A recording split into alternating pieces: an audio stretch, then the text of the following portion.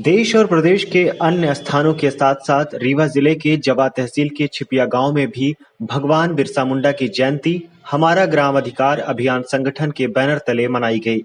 यहां लोगों ने भगवान बिरसा के प्रतिमा पर माल्यार्पण कर श्रद्धा सुमन अर्पित किया।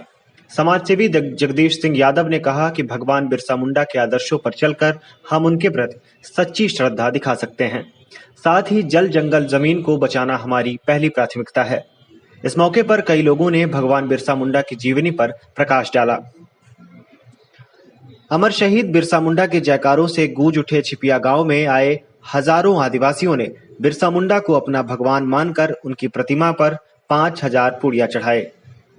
कार्यक्रम में आदिवासियों के परंपरागत गीतों के साथ साथ ये धरती न तेरी है न मेरी है गीत गाकर वह मंच पर पूरे कार्यक्रम के दौरान एक व्यक्ति का तीर धनुष लेकर खड़े रहना लोगों के लिए आकर्षण का केंद्र रहा। कार्यक्रम में बहिनी दरबार की प्रमुख विवेचना के साथ साथ उनकी पूरी टीम का सफल आयोजन के लिए महत्वपूर्ण योगदान रहा। आज का जो कार्यक्रम बिरसा मुंडा जी की जयंती पर जो संदेश गया गांव गांव घर घर, ये हम लोगों का संदेश है कि जल जंगल जमीन बचाओ और जल जंगल जमीन से कोई वंचित न हो। बिरसा मुंडा जी का ये एक जो संघर्ष और पैगाम था, हर व्यक्ति जो जंगल जमीन और पानी जो उसमें उसका जीविकोपार्जन करता है उससे वो वंचित न हो, उसके लिए गांव स्तर तक हम लोग अपना एक पैगाम पहुंचाएंगे।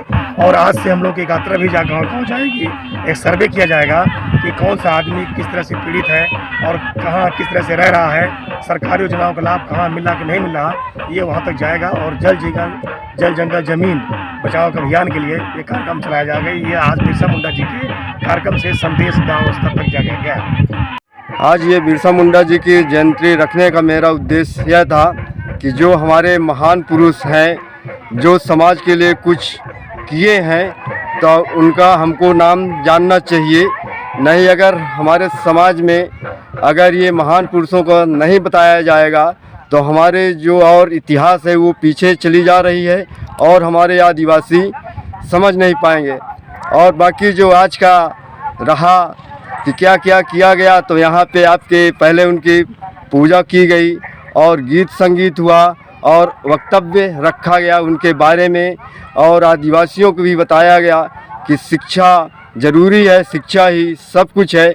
और यह भी कहा गया कि आदिवासी ये आपने हैं, सबसे कम उम्र में ही ये आपने कुर्बानी दे दिए हैं। और ये हम लोगों के लिए अगर इतना ये लड़ाई न लड़े होते, अगर ये न किए होते, तो संभवतः विधि विधान संविधान में ना आता कि जो आज आदिवासी को जल जंगल ज़मीन जो सब है, तो इन्हीं के बदौलत हम लोगों को मिल रहा है। अगर ये इतना क्रांति, इतना ये संघर्ष न किए होते तो हम लोगों को जल जंगल ज़मीन ना मिलती, ना हम कहीं जलाशय में या खेत कर सकते थे, ना वन औषधि की दवाई ले सकते थे, ना जंगल जोत सकते थे। तो सब इन्हीं की दी हुई है।